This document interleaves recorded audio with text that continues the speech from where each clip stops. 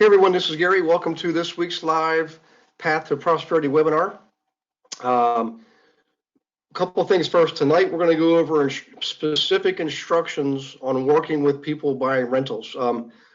We did the one for flippers back several weeks ago, and there were some other subjects people wanted to talk about. So I promised you we get back to this one first opportunity, which is tonight.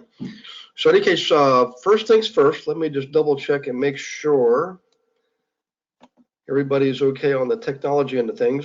Hang on one second. So let me type you my message. Okay, can you see my screen and hear my voice? Okay, so that's coming your way. I'm going to check the question box here and make sure everybody is okay. By the way, warm welcome to all of the new folks, all the veterans. We should begin to have a lot more Californians out here. Speaking of Californians, there's Cedric. Hey, Cedric. How you doing, buddy? Hopefully you're doing well. I'm actually down in Dana Point. I'll be here tonight. Today I taught at San Clemente. Then tomorrow I'll be up in Long Beach. Got some Pennsylvanians on here. How you doing, Pam? Got some more Pennsylvanians. How you doing, Bill? All right. So let's do this. A little bit of housekeeping. Excuse me. If you could, always remember to look at the email the next day, okay? By the way, I'm going to turn on my webcam. Maybe I better not. Let me turn it on and see how this goes. Sometimes these wireless networks work great, sometimes they don't. We'll see how the bandwidth is affected here, okay? In any case, back to what I was saying. Some of you're live right now. This is actually live. Some of you will be listening to this and watching it in recorded mode. Either way, make sure you get the email from Beverly the next day. And if you're watching this in recorded mode, then obviously you got the email. Because yes, it has the recording on there. And that way you can stop it and start it and pause it and rewind it and all you want. And you can even download it too if you like.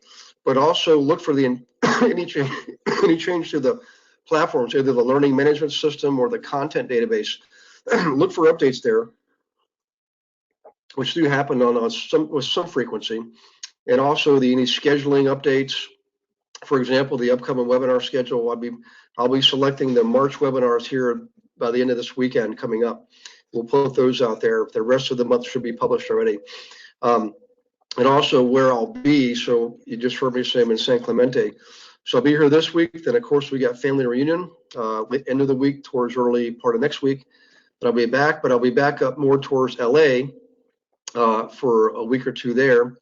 And then I'll be in the eastern part of the greater LA metro area, San Bernardino, Redlands, Rancho Cucamonga, those areas, for a couple weeks. And then after that, north, which is north of the canyon, Malibu Canyon, that'll be Calabasas, Studio City, Burbank, those areas. So in any case, so if you're in the area and you would like to meet up with me, that'd be great. Cedric and I met last month at the Orange County Chiropractors Association dinner. So those are the kind of things that we'd like to help you with so that you can get more clients and make more money. And if you're an investors on the call here too, you can network with people, partner, do joint ventures, really find out what's really working right now in the marketplace, no matter where you are. So in any case, keep an eye out for that. All right, let's go ahead and jump into some content here. So I'm going to reduce my webcam. You should still be able to see me. Hide your webcam. That's what I want to hide it. So let's do that if it'll actually recognize it. There we go. Okay. So first things first. This is one-on-one stuff here when it comes to working with investors. So whether you're a landlord buying rentals or you're an agent working with landlords buying rentals, this is actually from module 2 of your training programs. Okay. And these are the exact steps that I learned to do myself in my own investing. So this is going back, a couple decades. Okay. This is what I learned to do myself. And then I taught my agents how to do that. Actually, sorry. First, I taught my clients how to do this. So I started using my license to serve other investors. Great way to leverage what I was doing, right? Get multiple streams of income coming in. Okay. So I taught my clients how to do the same thing, which basically puts more control in their world They learn everything from the bottom up. They're not just wondering and guessing and saying things like, well, just go find me a good deal. I learned when I worked with those investors, I didn't like working with them. Okay. I want to work with investors who, like me, I want to make my own decisions. You give me the tools, the information, the inventory. Let me straighten my tie here. And I want to learn everything. I want to make my own decisions. Those are the investors we want to work with. Okay. And as an investor, that's how you want to be. I would never give up hundreds of thousands of dollars or control of that to any other person blindly. I just wouldn't do it. Okay. And most people wouldn't do it either. So in any case, these are the instructions I taught my investors. When I built the brokerage company, I taught my agents how to do this too, to represent their investors. And now through the wonderful programs we have through My Investor Services, we can teach you, the students, how to use us for yourselves and also for your clients if you're an investor agent. Okay. So in case, that's sort of the background. Now, let me preface it with this. I'm going to give the instructions here in a moment, I promise. We're going to kick off here at the point in time where you've received return calls from your marketing. Remember, guys, the marketing we do is not the broadcast marketing. We're not casting a wide net. We're not sending out postcards. We don't door knock. We don't cold call. We don't do any of that kind of stuff. With investors, we don't do those things. You can try it and you might have some success, but there are far better marketing campaigns that work, provide better results. They're typically called direct mail reverse lead generating techniques. Short version is called direct response. And when you do direct response marketing the way we do it, it's highly targeted, it's niche specific. So we do niche level marketing and we pre-select our audience. It's targeted marketing. And what that means is you have a much higher response rates and much higher conversion rates. Okay. You basically have more qualified candidates to work with. Okay. So assuming you've done that, and I know you're probably wondering, or maybe I'm brand new to the program, Gary, I haven't done that. Well, don't worry. Tonight's lesson, you want to learn this lesson early on, as early as possible in your business. Okay. When you get to the marketing, excuse me, when you get to the marketing, you'll know what to do when you start getting calls. Okay. Some of the most fun training calls I get are from students who are like, hey, Gary, I did whatever marketing program X or Y or Z, and it worked. I got phone calls. What do I do now? So that's what this is about. Okay. What do we do now? You get the calls, right? So let me reduce the panel over here. So I'm not going to be able to see you for just a moment. Okay. All right. Someone calls you up responding to one of your marketing campaigns. I always like to have them leave a message initially, just as a screening mechanism. Okay. I know that sounds crazy. Well, I wouldn't answer the call live. Well, I actually do a lot. But when I've done marketing, and I can always tell when I've kicked out a marketing campaign because the call volume will increase. Okay. I'll also get numbers I don't recognize. Right. So if I don't recognize those numbers, I've learned in the past, sometimes I wish I let the call go to the voicemail so I could screen the voicemail before I call the person back. That's just a personal preference of mine. I've taken a lot of calls live, obviously. But what happens is it kind of puts you at somewhat of a disadvantage because partly you really don't know much about them, if anything at all, the caller, right? And in their message to you, often they'll leave you information that you can use in your screening process, okay? But regardless, let's say you got a phone call, all right? They call you up, you want to do an interview with them, which is another reason why I like to screen people. All right. I can tell a lot by person by the kind of information to leave for me. So first things first. All right. You want to do what we call an interview. To the consumer, it's a conversation. To us, it's an interview, right? The first thing I want to establish is well, how did they find me? Which marketing did they actually respond to? Okay. Which tells me which marketing is working the best, okay? And I'll keep doing that type of marketing. The next thing I want to do is I actually want to set an appointment to do an interview. I'll have a brief conversation, but if I'm short on time or I'm not prepared, I'll say, look, I'm happy to work with you, but I want to have a formal discussion with you to go through your needs and wants. It helps me to know more about what you're doing right now or what have you done in the past. If the fact is you've done nothing, you haven't invested before, that's okay. I just need to know that. Okay. So in any case, we go through this phone conversation, and I'm trying to determine, now this isn't part of your instructions here, I'm leading up to that.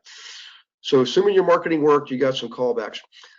You want to determine 5 things: timing, motivation, readiness, willingness, and ability, okay?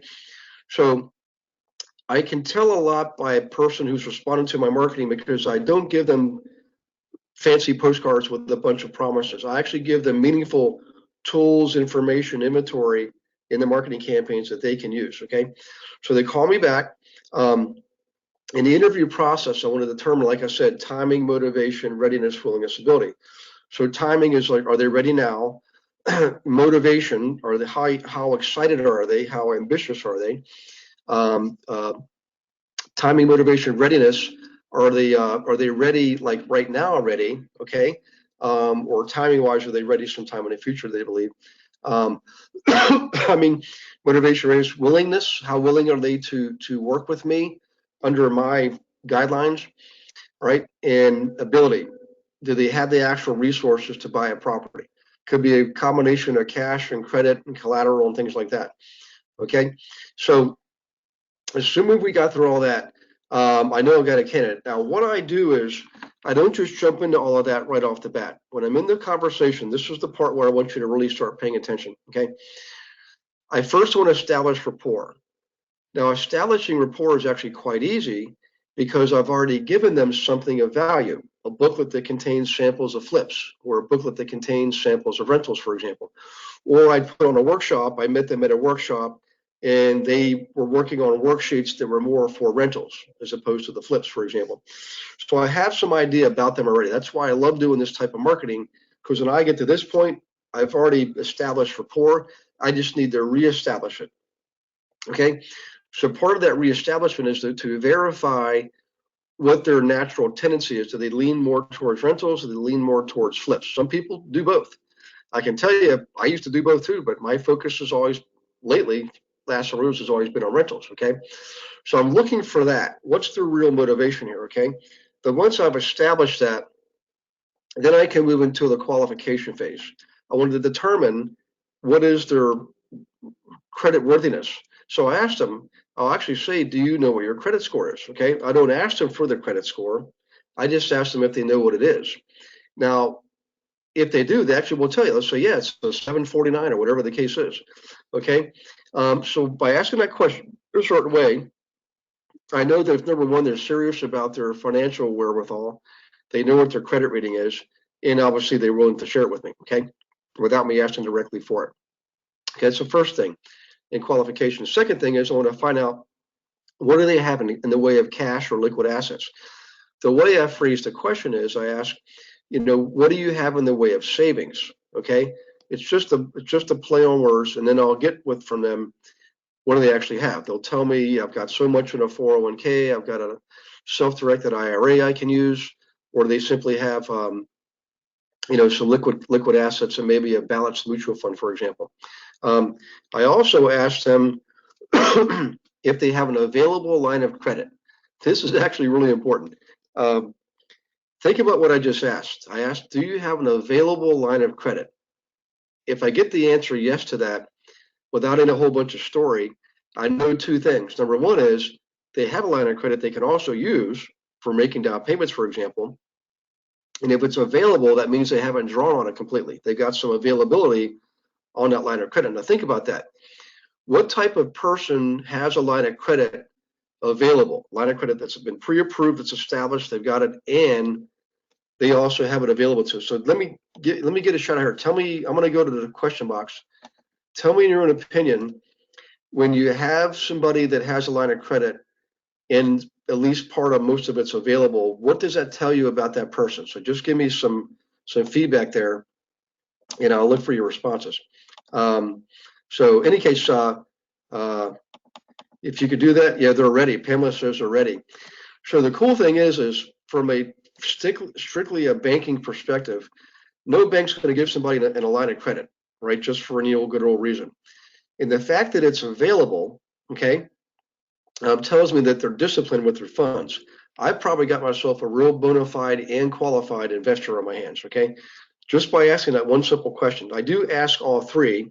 Again, do you know what your credit score is? What do you have in the way of savings? And do you have an available line of credit? Okay. So if they pass all that, if the answer is yes to at least two of those, I'm going to work with them. If the answer is no, there are some exceptions. Let's say they have no cash and they have no available line of credit, but they have a decent credit score.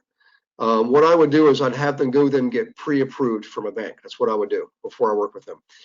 If they have poor credit, but they have cash, I'll probably still work with them because we can help them with their credit score. What I'm getting at is I'm looking for at least two of those three qualifiers before I work with them now versus work with them later. That's the timing thing, right?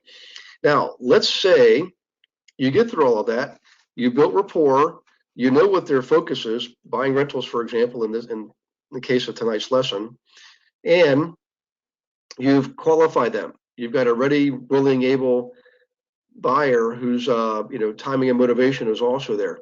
Now we can move into tonight's subject. Okay, so let me slide my panel back over, so I won't be able to see you for a few moments. We have a conversation, establish investment goals. At this point, you need available cash for credit, just like we talked about. Now here's what I do.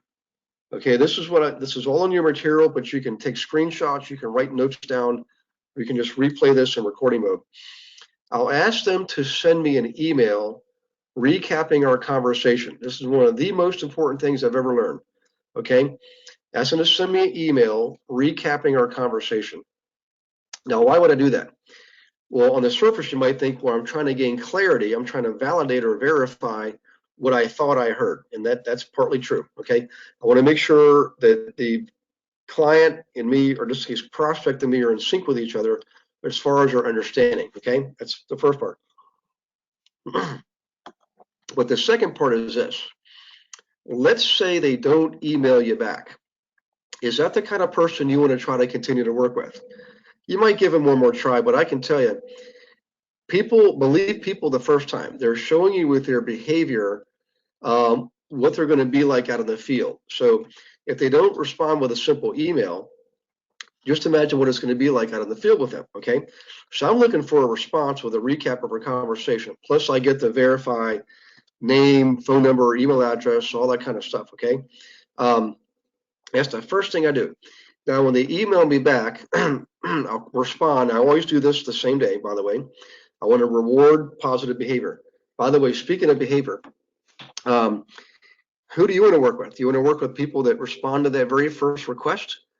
Or do you not want to, or do you want to work with people who do not respond to that very first request? Okay, and you can answer that for me on your question box here.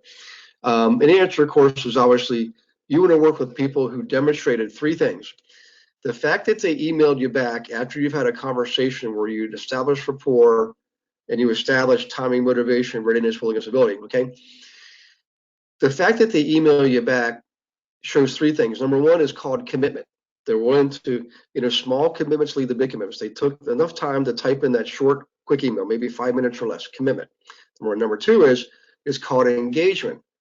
They're willing to share with you vital information. They're engaging with you on a one-on-one basis. So commitment and engagement.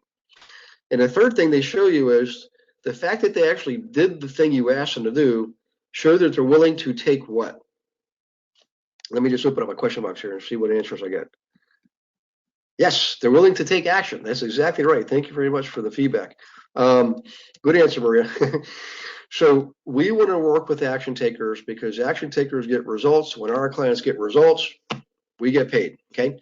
So in any case, they email me back. What I'll do very quickly, email them back, thanking them for the email to provide clarity, and also give them at that point my agreement, my agency agreement to work with them. And I'll say, great, we're ready to rock and roll. Please return this agency agreement to me ASAP. And if you want to feel like you need to explain things, just give them the reasons why they should provide it to you. Obviously, number one is if you have someone under contract in an agency agreement, you're not just treating them like a consumer. Every consumer deserves, fairness and honesty, right? But clients, somebody that engages with you contractually, clients also deserve your loyalty and confidentiality. All right. So this is how you can tell them that. Plus, if you think about it, you know, you're professional. I'm assuming they're professional. Don't you want to work with people professionally under an agreement? That's what most people do, whether it's banking, accounting, your tax preparer, for example, an attorney, all these things you enter in agreements for, right? So same thing with us. We're professionals. We feel, think, speak, and act like a business, and we get treated like a business, okay? So, all right, now assuming they send that back, at that point, you then commit yourself, you engage yourself, and going out there to find them some properties, okay? All right, everybody with me so far? I'll do a quick pause here for a second to let you all catch up. I just want to make sure you're with me so far. Okay, let me check here for any other responses. Okay, good. Everybody seems to be okay. All right, excellent. Okay, so let's do this now. What we're going to do is we're going to go out there, we're going to find them some inventory. In the old days, you could use the MLS. Nowadays, you've got to use other sources. MLS is not going to provide you everything, okay? We use different marketing campaigns to go out there and kind of lift up a few rocks and under some inventory for our clients. But regardless, you want to send them whatever inventory you can get your hands on, okay? And I by the way, this may ruffle some feathers, but I actually provide other people's listings too, okay? If I don't have them and somebody else has them, at least I'm going to get a buyer side commission out of this, right? So in any case, provide them any and all inventory that meets their criteria. In this case, buying, excuse me, a rental property. Maybe it's a duplex. So you send them all the duplexes you can get your hands on, okay? Now, provide them all the information. I provide the full this listing detail, okay? I don't try to cut it short. I don't script and save on space and all that. I give them everything I can, and I purposely look for inventory where the seller has provided all the details, all the financial details on the property, because I don't want to waste my time. I know there's agents out there who will put a multi-unit listing out there with no information. I think that's crazy. You know, I don't know what they're thinking. Maybe they'll think, well, if I don't put anything out there, they'll have to call me. Believe me, you don't want all those phone calls. I want to put meaningful information in my listings, details, so that when people call me, I know they've seen the details and they want what I've got. And it's a much more fruitful conversation. I've generally eliminated a lot of tire kickers and things like that. So in any case, you show them all, all the data, all the information you can get. Now, what our first objective is to narrow the list down. Because let's say you come up with, you know, whatever, if 50 properties, something like that, 100 properties, who knows? There's no way in the world I'm going to go physically look at 50 properties. So what I do is I show my clients how to do what I do, just go through a desktop screening process. And that's exactly what I'm going to show you now.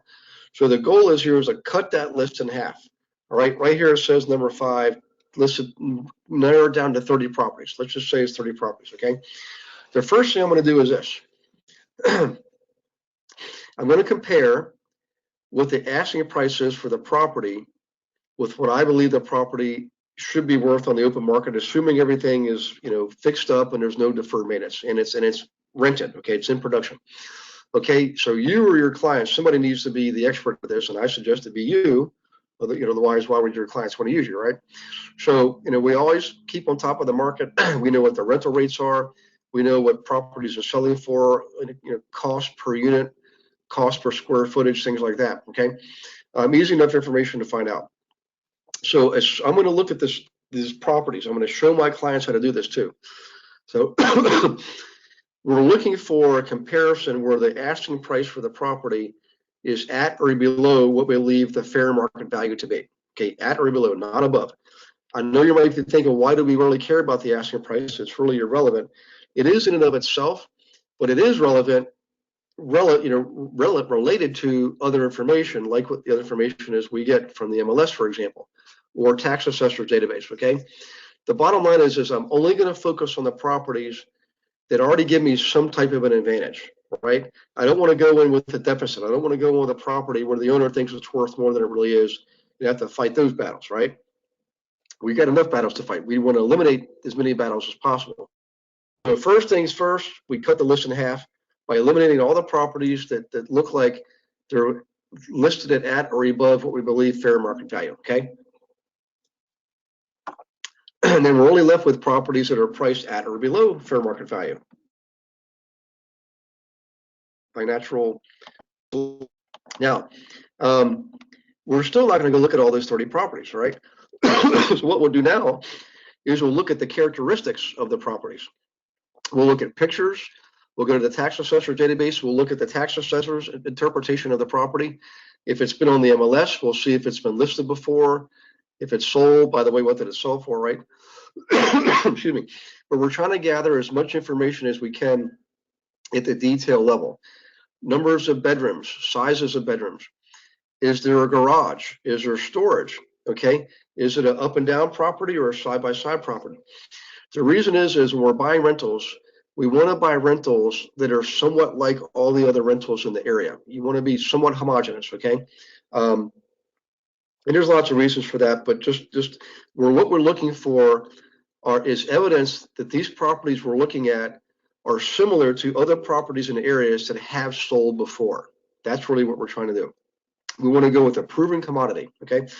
So we look at the characteristics of the property, the yard size, is there any yard at all? How close is it to transportation? How close is it to schools, public schools, first off, by the way? And how close is it to hospitals and universities? How close it is to shopping? And how close is it to like office parks and things like that? Now every area is different. If I'm in downtown LA or downtown New York, I want to know how far I am to the next park, the nearest park also. But all these factors are important. We use that as another screening mechanism, right? So we'll again cut the list down in half, right? By the way, at that same stage, I almost forgot to give you the most important part. We're also looking at the financials. What are the rents that are coming in? How are the rents compared to the market rents for the area? Okay, very important. And also we want to look at it relative to the numbers of bedrooms in the units and the number of units in the building, so forth and so on. So we're looking for a certain range, and I have a note here, by the way. Note, different areas will have vastly different pricing models, so you have to know your area, study your area. It's easy enough to do. I know, like right here in San Clemente, the average asking price for rent is about $2,200 right now, okay? The median rent, believe it or not, is only about $900. That includes all the rentals, low end and high end. We generally focus on good, solid C+ grade properties for our rentals. Maybe some regular C's, and depending on the area and some other factors. Generally do not go for the C- or below. Too much trouble, too many headaches, just a lot of gray hair, right? So the point is we're looking at the physical characteristics of the property at this stage and the financial characteristics as much as we can.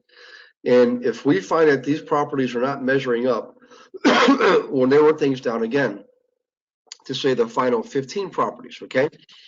Now, because remember, we're not going to go look at 30 properties, okay? We're going to look at maybe 15 properties or so.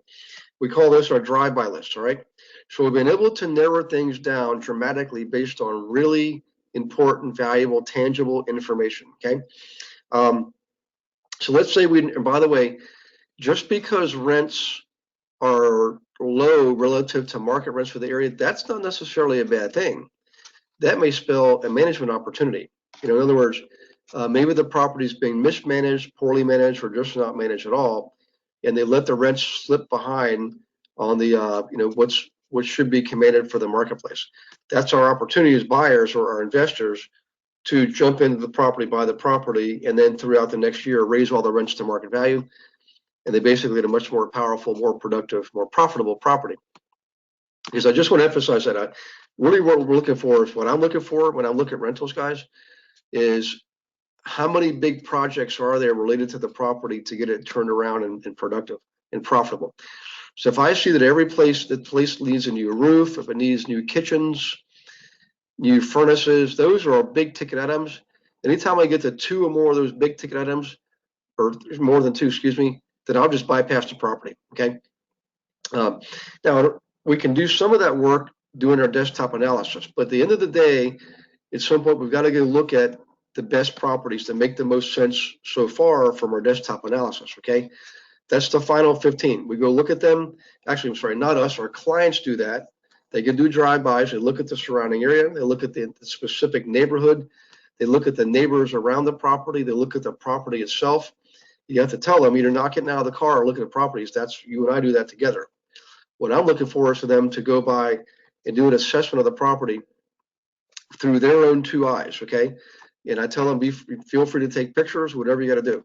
All right. The point is, I want them to narrow that down to half again. I want to cut this thing down to 5, 6, 7, 8 properties max. Okay.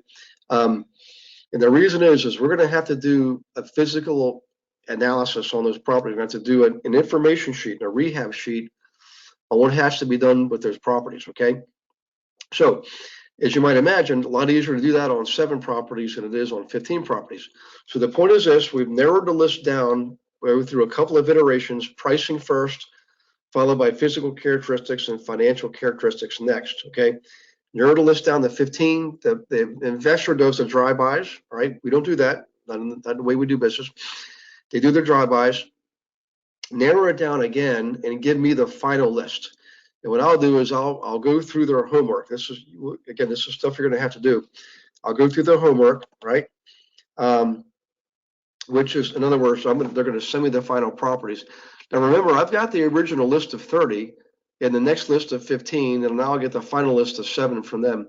What I'm going to do is go back to the list of 15 and see if there's any others I thought they should be including in the on-site visit, because we're going to have to do an on-site visit. And we, the agents, have to make those appointments and schedule those showings to see the properties, physically see the properties, okay?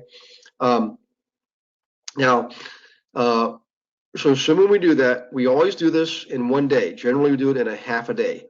You can easily look at, let's just call it 6 properties. We could look at 6 properties in a half a day. So we have to schedule the showings well in advance. So that's why we have to do this process. We need what the clients have determined they want to look at. We've got to make all those arrangements with the current owner and their realtor. Okay. So now we go physically look at the properties. Okay. Now, I'm not going to be doing the analysis. My clients are going to be doing the analysis, right? I know what I'm doing, and I do show them, I do guide them through the process, by the way, the learning phase. But once they're up and running, they're going to go through with the forms that I give them, the physical analysis sheets, the rehab sheets, the project summary sheet that lists all the materials and material costs and all that. You know, we teach our clients how to do all this stuff, all right? But when we're physically going through the properties, they should have a clipboard with their forms on there. They should have a camera ready, potentially their phone. I always come prepared just in case with a flashlight and extra paper and pencils and stuff like that. But they should have their own flashlight too. We want to work with prepared investors. We don't want to work with people who are just basically floating through life in reaction mode, hoping to get lucky. We don't get lucky here. Luck is a combination of preparation and opportunity. We're prepared for when the opportunity shows up. Okay. So in any case, we're going through the properties. They're taking pictures. They're taking notes. They're filling out, the information sheets and things like that on each property. Now, as you're going through, just say you're maybe 6 properties. At the end of the day, they've got information sheets on 6 properties. Well, in most cases, we're not making 6 offers. So here's what I do next. I had them fill out what we call the rehab sheets. So they take all their notes and they go to the second set of forms, which are the rehab sheets. Okay. Actually, let me show you guys this. Okay, let me go to My Investment Services. All right. Let me get rid of some sessions here. So I'm going to go to My Investment Services. There we go.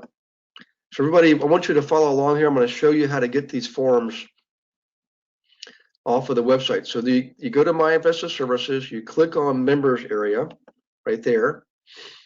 Okay. You want to log into Silver Level, which is right there. Click on that, Silver Level. And every one of us by default, we're in the Silver Level area. So I'll log in there. I should have hit Remember Me. And what I want you to do is this. Once you're in, there's a panel on the left. Okay. Scroll down to where it says Analysis Forms, Calculators from Training Modules. Okay. So we're going to click on that. And if we look in here under analysis forms and calculators, we've got property inspection reports. Let's pull this up. So this is available to every one of you to download on your own computers and keep this used for yourselves and of course used for your clients, okay? So let's click on the property information sheet. And this is what our clients are going to be filling out at the actual property, okay? Property inspection report. Like all the details are in there, see all that? Okay, just information only. That's all we're doing is information only at this point.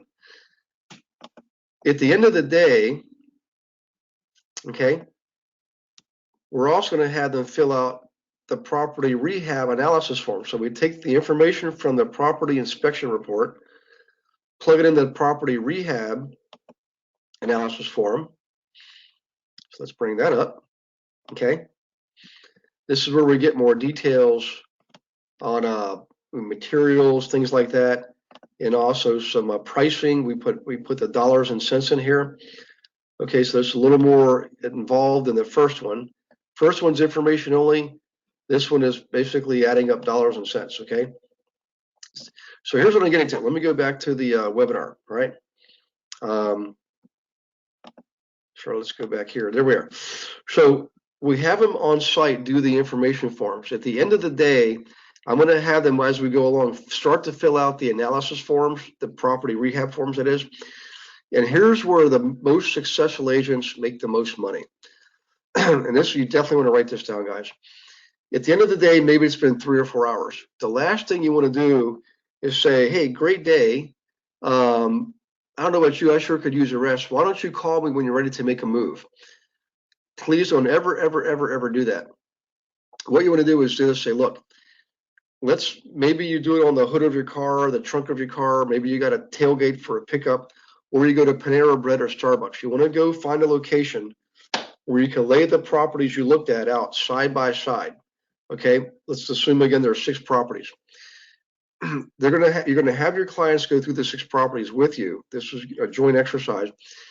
You can do it 2 different ways. The first way is this: we're going to say, look at the 6 properties. Of the 6 properties, if you could only buy 5, which one could you live without the easiest? Which one could you live without the easiest? And you take that form, the listing, whatever it is you got the forms, and you crumple them up, ball them up, and put them in the wastebasket, okay? That property is gone forever. Now you can do the same thing again. Of the 5 properties that are left, let's assume you can only buy 4. Which one could you most likely live without? What you want to do, guys, is keep doing this until you get down to 1, maybe 2, maybe 3 properties. It might get to the 3 properties and they'll say, look, Eric, I can't decide. You've done your job. You've got it. We're not done yet, though. But at that point, what you do is you say that. Say, great. I want you to go home, complete your rehab forms, review your notes, make sure everything you got complete for these final 3 properties or these final 2 properties, or maybe it's down to 1. You're going to have them redo their sheets, review them, and update them based on their on-site visit. And you're going to tell them you want them to scan and email those forms to you for those final 2 or 3 properties, right? And you're going to call them at 9 p.m. to go over those forms. All right. So now you've done that. You've met with them. You've narrowed things down to the final 3 properties. They go home. They revise their numbers. They email you their findings, and you call them at 9 p.m. Here's what you do at 9 p.m. You compare again the final set of properties. If it's just 1 property, it's a no-brainer. But let's say it's 2 properties or 3 properties. You want to make sure you get them to commit to say, look, if you can only buy 1, which one do you think it would be? Now, at this point, you should have plenty of facts and data and information. So you should be able to pick the one that has the highest income potential compared to the cost basis. Cost basis being purchase price of the property plus any deferred maintenance. Okay, what are they going to returns be based on that cost basis? And hopefully the higher, of course, the better. So let's say they can buy 2 or 3 properties. Well, you can make offers on all 3 if you want, if that's what they want to do. But at a minimum, you're going to narrow this down to a minimum at least 1 offer. Okay, so you do that, then you tell them, okay, great, I'm going to go ahead and write this offer up. I'll have it in your hands in 15 minutes. Please check your email, whether you're using dot loop or some other mechanism. have them initial and sign everywhere they need to, have them also provide to you, right? You should already have this, by the way, anyways, proof of funds from a lender, and proof that they've been pre-approved. Okay, proof of funds, should they need to get a loan, that is. And also, proof of funds also includes they need to demonstrate that they actually do have the cash available for down payment. Okay, you need those two things. You need to validate ahead of time, or you wouldn't be working with them, right? But in any case, you've got now a written offer sent back to you with proof of funds and a hand money check. Sorry, I forgot to mention. They need to also provide you a photocopy of the hand money check or earnest money deposit, depending on where you are in the US or Canada. Now you got the three things you need to make an offer: the actual written offer, proof of funds, and some type of consideration, in this case, earnest money deposit. You submit that night. You don't, all this is done in the one day, guys. This was all done in exactly one day. Because if you've really done a good job of helping them identify the best properties, chances are other people may have done the same thing. So you're going to get that offer in fast. Send the other agent a message, let them know there's an offer sitting in their e-basket for them. Please respond by the end of the next day. Folks, that is how you work with investors. That's how you get down to the best offers on the best properties, where you have a much higher batting average. Generally speaking, you have about a 65% batting average on this technique, which means you earn commissions. Your clients get the right properties, earning them a profit, and you earn commissions while you're at it. Plus, you learn while you're going through this, okay? So in any case, that's what I had tonight to show you on this week's webinar. In another call, we can go over things like, after repair value, maximum allowable offer, things like that, the different formulas and calculators. What I wanted to do tonight, because we've had a lot of calls on this. In fact, in today's class, this very subject came up, and I actually went over it in class with everybody in class. The point is many of you are just starting off and you're just getting started on your marketing. And I want you to know that when you get callbacks, what I just showed you here, this is exactly what you need to do to make sure that you work with the right investors, okay? You profit from your efforts. You're worthy and you're valuable. You deserve good, profitable relationships, okay? Your clients deserve to make good decisions, and you deserve to make a profit by helping them do that. So real quick, let me check here for questions, because I just gave you a lot, right? With a lot to digest. While you're typing in questions, if you have, I will tell you guys, man, practice makes perfect. What I just showed you tonight, they're not like academic skills. It's more of they're more behavioral skills. It's like a behavioral pattern that you need to establish. Basically establishing habits, good habits for working with these investors. They'll respect you for it. They'll reward you for it. They'll stick with you and work with you, because let's face it, how many other agents do you guys think are doing this kind of stuff? I can tell you almost none. I mean, the percentages is startling. Literally 5% of us will actually do this. And yet we command about 30% of the business. It's amazing. So in any case, guys, hope you enjoyed this session tonight. Again, always please email me with what it is you want to talk about, any instructions you have. If you want to look at properties, we haven't looked at properties for a while. So if you're out there looking at properties with your clients, submit it to me. We'll look at them right here online and basically get everybody's feedback on those properties, okay? Also, remember, I forgot to mention this early on. I want to find out how many of you are coming to Anaheim. We've already got well over 30 people already registered, and I think we've only sent out one email. So in any case, that's good, because it's in Anaheim. It's April 5th, 6th, and 7th at the Anaheim Marriott. Just look for your emails. Look for email from Beverly, My Investment Services.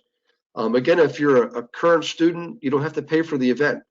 If you're not a current student, of course, you're going to see what it costs to go to the event. It's not that much. If you don't do anything, it's $1,000. If you're silver level, it's, I think, $297 for the 3 days, and they feed you, by the way.